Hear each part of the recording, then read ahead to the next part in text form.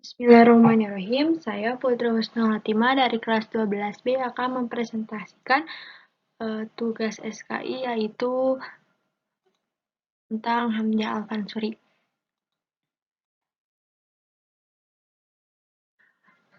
Biografi Hamzah Al-Fansuri.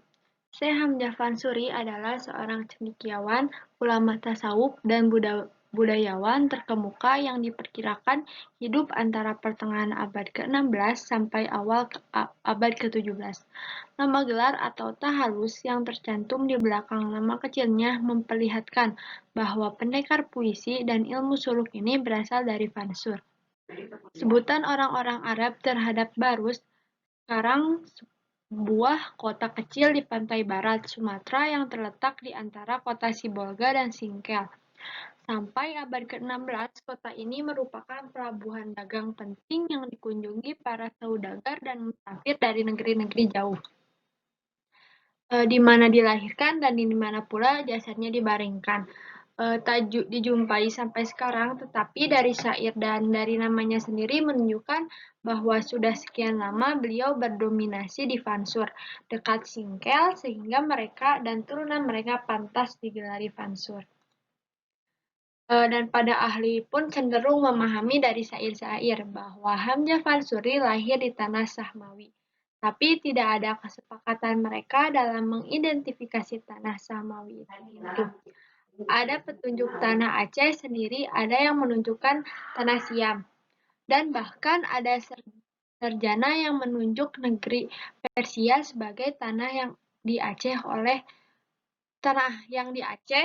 oleh nama Samawi. Dan dia pun adalah penggembala intelektual yang tidak hanya di Aceh saja, tapi dia juga ke India, Persia, dan Mekah dan Madinah. Dan dia pun mempelajari ilmu fikih, tauhid, tasawuf, dan sastra Arab.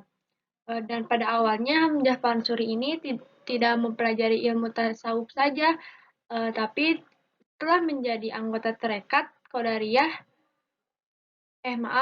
Dan pada awalnya Hamzah Al-Fansuri ini mempelajari ilmu tasawuf setelah menjadi anggota tarekat Qadariyah yang didirikan oleh Syekh Abdul Qadir. Dan Hamzah Fansuri ini menyebar di wilayah Nusantara melalui pengajaran-pengajaran ataupun karya-karya yang diberikan beliau ke wilayah pelosok-pelosok maupun Asia Tenggara. Dan murid-murid dia pun sangat banyak. Hamzah Fansuri ini tidak saja dikenal sebagai ulama tasawuf dan sastrawan, dia pun sastrawan terkemuka, tetapi juga seorang perintis dan pelopor pembaharuan yang sangat besar bagi perkembangan kebudayaan Islam di Nusantara, khususnya di bidang kerohanian, keilmuan, filsafat, bahasa, dan sastra.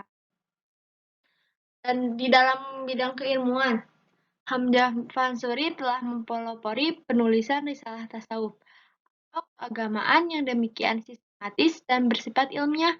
Sebelum karya-karya Hamzah Fansuri muncul, masyarakat Melayu mempelajari masalah-masalah agama, tasawuf, dan sastra melalui kitab-kitab yang ditulis dalam bahasa Arab dan Persia.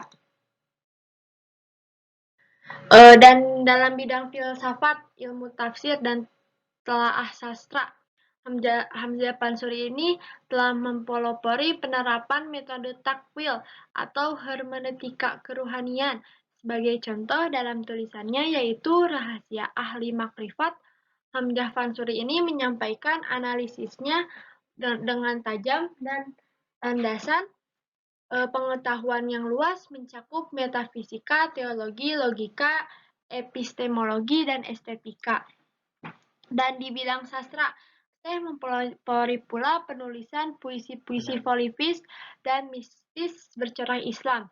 Kedalaman kandungan puisi-puisinya sukar ditandangi oleh penyair yang sejaman ataupun sesudahnya.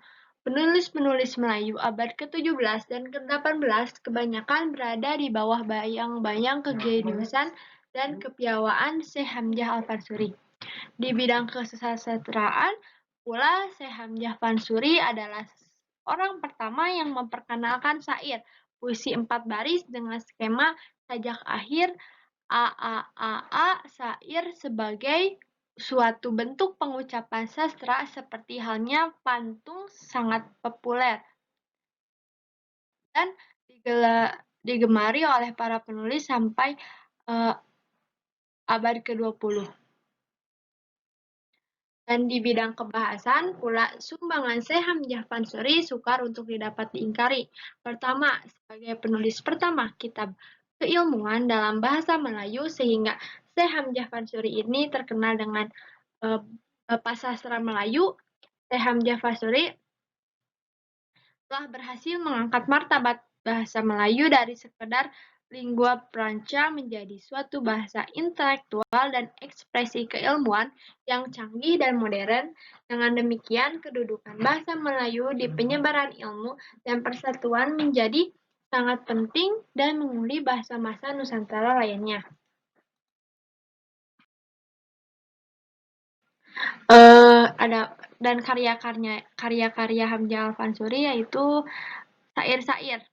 Syekh Hamzah Fansuri terkumpul dalam buku-buku yang terkenal dalam kesusastraan Melayu atau Indonesia. Tercatat buku-buku syairnya antara lain ada 6, yaitu syair burung pingai, syair dagang, syair pungguk, syair sidang fakir, syair ikan tongkol, syair perahu.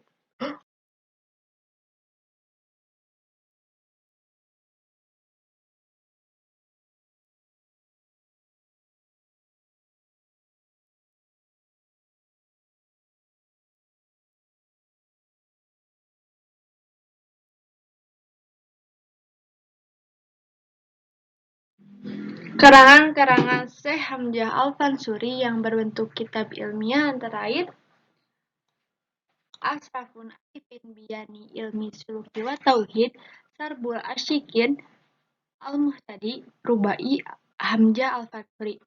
Karya-karya Syekh Hamzah Fansuri baik yang berbentuk syair maupun berbentuk prosa banyak menarik perhatian para sarjana baik sarjana barat ataupun orientalis barat maupun sarjana tanah air. Cukup sekian dari saya. Mohon maaf apabila ada kesalahan. Ditutup saja dengan doa Robbana atina fid dunya hasanah wa fil akhirati hasanah wa qina adzabannar.